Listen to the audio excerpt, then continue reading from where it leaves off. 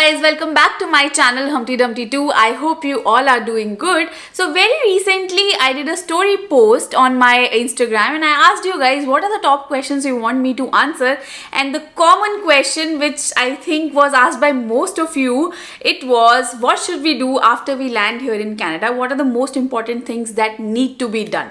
So I thought I'll make a separate video on Q&A, but let me address this question first for you guys and help you out. What are the top things that you need to do, which actually we did ourselves, and it's very important. You can't really afford to miss any of these points. So let's get started with the video. And most important, if you're coming here, you're planning to travel to Canada really soon, this video is going to be very helpful to you. So let's get started, and before that, as I always say, do click the subscribe button. So number one is SIN number. So SIN number here in Canada is a unique number which is assigned to every individual, and you really need to have the SIN number because when you start working, your employer is going to ask you for the SIN number. It's very important for the taxes as well. So the first thing that you should do on day one, now there is no quarantine as such, so there is nothing like that you have to quarantine for 14 days, because when we arrived we were in quarantine for 14 days, so we stepped out on 15th day, and that is the day when we applied for our SIN number.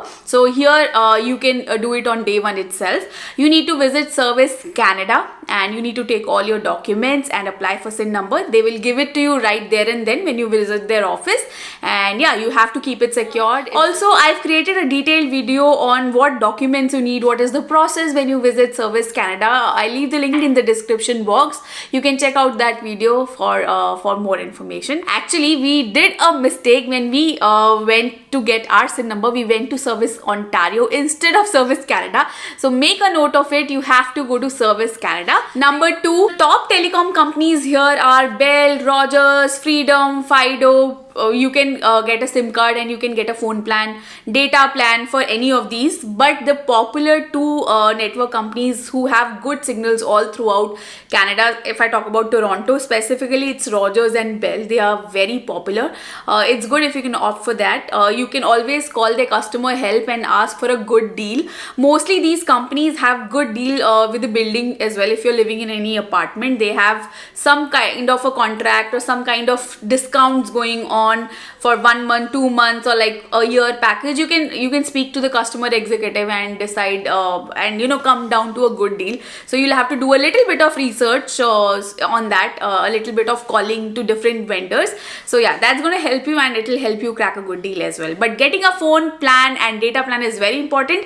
Of course, you need internet, right? When you will be stepping out, you need Google Maps, you need to check out a lot of things on internet. For that you need data plan as well. So typically I think you can get it like $60, $70 something if the telecom company has a good contract with the building that you're living in. If not, generally for Bell it is around $90.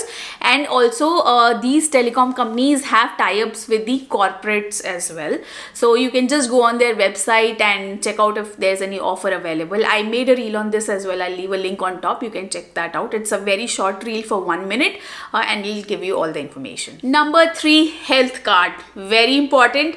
Many people, when they land here, they get some private insurance already so that they're covered for initial few months. It's good you apply for your health card as soon as possible. I would say get it done in the first week itself, because here in Canada medical services are very, very expensive unless and until you're covered by government insurance health card that's provided by each province. In fact, if you do a visit to a doctor, it's easily $100 per visit. That's the least I'm telling you. And the rent, if you're admitted to a hospital by any chance, it varies from $1,000 to $1,500 per night. So it's pretty costly here. Everything is costly, but healthcare is very costly. So you have to be extra cautious. Either you have a private insurance covered, and if you have it, it's fine. If not, then you need to have a health card. Apply it as soon as possible. Don't leave even a single day. And you have to visit Service Ontario if you're living in Ontario province to get your health card. You just visit them. They will take your picture. You don't have to carry your passport size photos as well. They take a live picture and then you need to submit your documents. You will get a temporary health card number right there and then, and they will send a permanent health card. It's kind of a card like we have ATM cards, right? It's a very simple simple and very easy to carry card. They will send it to your mail, and yeah, you can keep using that. But they will give you a temporary number for you to use till the time you get a permanent health card. Number 4 is bank account. Of course, you have to have a bank account in any country that you live in, right? You can't live on forex cards, or your credit cards or debit won't work anyway from your foreign country. So yeah, it's important. There are a lot of banks here. I would say top banks are CIBC, Scotia, Bank of Montreal, RBC, TD as well. So you can go for any of the banks. Mostly these banks provide initial 1-year offer for new permanent residents or students, that they give you some extra benefits, some extra cashbacks. So you can just check which bank is giving good offers at the time when you apply, because it keeps varying when you apply. Sometimes Bank of Montreal is offering some good offers, sometimes it's Scotia Bank, so you will have to check on that. Just visit 1 or 2 banks, or maybe you can call their representatives, and that's going to help you, and that's how you get your bank account created. But you gotta visit the bank to get your bank account created. You can just check on the offers on phone, but when actually you have to get it created, you will have to visit their branch office, and right there and then they will create an account for you. And of course, when you start working here, right, you need a bank account to get your salary credited, or when you will transfer money from your home country account, like India for example, you need an account, right, where you will be putting money. And most of the things how it work here is based on credit card or debit card. People generally don't use cash so much, so whenever you will go out shopping or eating or anything, it's preferred that you swipe your card or tap your card. That's the easiest. Cash is a little problem because you need change, all of that. So yeah, it's more convenient. So next is Presto Card. So when you will come here, you will have to go to a lot of places, right? For that, you either will be using public transport, or you will go for Uber or Lyft, right? So if you go for public transport, you need to have a Presto Card. You can get that pass, or it's a card. It's like a small card where you keep adding money and it gets recharged, and whenever you use subway, streetcar, street bus, you can just tap it and you can avail the public transport. So it's the best mode of commutation, and if you plan to use it a lot, then you can get a monthly pass. So the connectivity of public transport is excellent here in Toronto. It's really good. You really don't need to have a Uber or your own car, anything like that. If you avail public transport for initial few months, you will be sorted and you can go places. So that's the best way of commutation, and I would say most economical as well. So next is, I assume when you come here, you will be either in an Airbnb, or maybe at your relatives or your friend's place, or some temporary accommodation, right? So you need to have something permanent where you can see yourself living for next few months or next few years. So that is how you need to decide on your permanent accommodation. So I would say from day 1 itself, guys, start searching for place where you want to live in, because it takes time for you to decide, okay, this is the place that you have finalized. You need to look at a lot of things. You will be doing virtual visits or in-person visits, exploring the places. So start it right from day 1 and keep exploring. You can use Facebook Marketplace or Kijiji.com. There are a lot of websites available. You can do that. Actually, I made a video on how you can find the best place to live here in Toronto. That's the strategy that I use. I leave a link to that in description box as well, so that you get a collated list of all the videos if you want to have a look at them.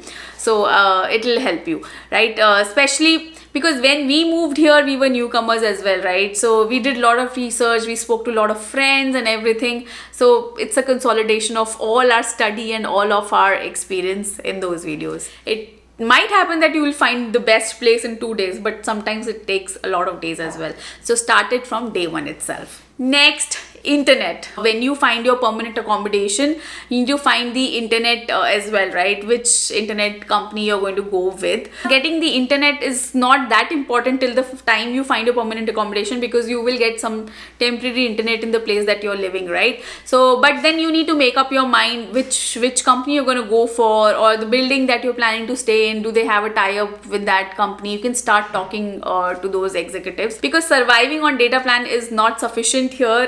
Data plans are pretty expensive, so you might not go for like highest data plan on your phone. So that's the reason you need a good internet at your place of stay as well. And then last one I would say is, guys, enjoy when you come here. I know it's going to be little hasty and you have to take care of a lot of things when you move to a new city, but I would say initial few days are the ones that you are going to recall when you are permanently settled here, right? After a few months you'll be like, okay, that's how my life was, I was struggling like that, all of that. But do enjoy. It's a beautiful place. We are in Toronto and it's lovely, and just go around, have some coffee, have some good food here, and live your life as well, and of course settle yourself too. So that's important. Enjoy and work. So guys, that's about it. These are the most important points I felt I should share with you guys, and these are the things that we did in the first week itself of our landing. Of course we had quarantine, so after finishing our quarantine, many of things we started researching while we were in quarantine, but then on the foot, when we were able to step out on the go, we did a lot of things. So that's how it works. If there's anything you want to ask, you can let me know in the comment box. I hope you found this video helpful. If you did, then do give it a like and do subscribe to my channel. I'll see you in my next video. Till then, you take care. Goodbye.